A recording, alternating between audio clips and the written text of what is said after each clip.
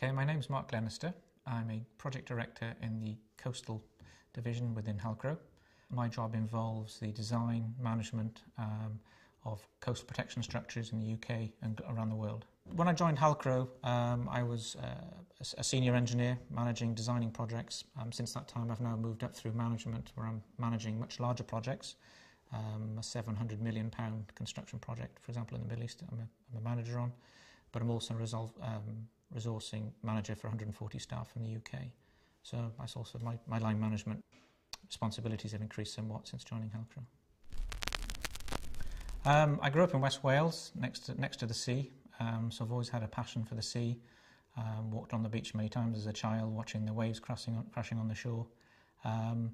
Therefore, when I was in school, had an interest as well. Went to technical college and then university, and then started a project job at an engineering consultancy. I was based in an office in Wales, so a lot of the jobs were involving coastal projects in the Welsh coastline.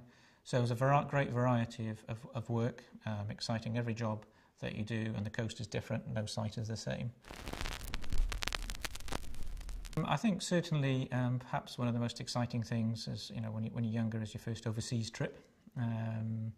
My first overseas trip, as it happened, was actually to New York.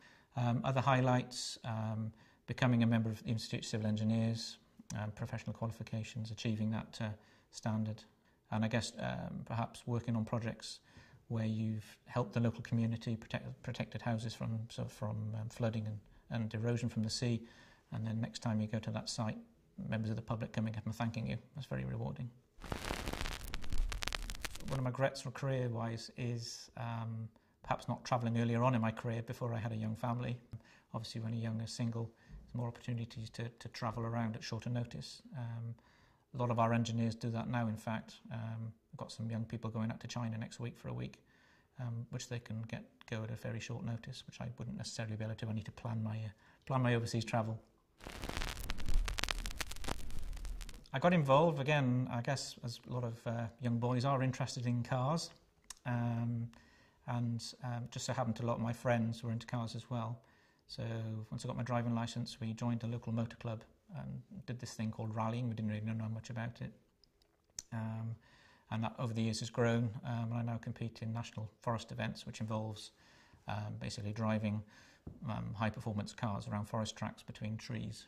I think the way it's helped me is in which it gives me a period to switch off from work, to focus on something. I have to be very focused on the rally. It allows me to forget work for that short period of time and to make a break. So I find it, as I say, quite actually therapeutic, the fact that I can forget work for 48 hours or whatever it be. My future within the industry I see is sort of leading technology. I'm quite a technical person, hands-on practical person. I'm very keen on technical mentoring for people, bringing the young engineers on, teaching them technical improvements and current way of thinking.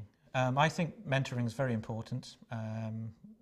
When I started, I had a wily old engineer who was probably, I don't know how old he'd be now, but he took me under his wing, and I've benefited from that greatly, and it's the sort of thing that I'm trying to encourage at work, but also myself as well, from my own perspective, to find time to mentor young members of staff. It is quite difficult with time pressures, but obviously it's something which we need to do because they are the future.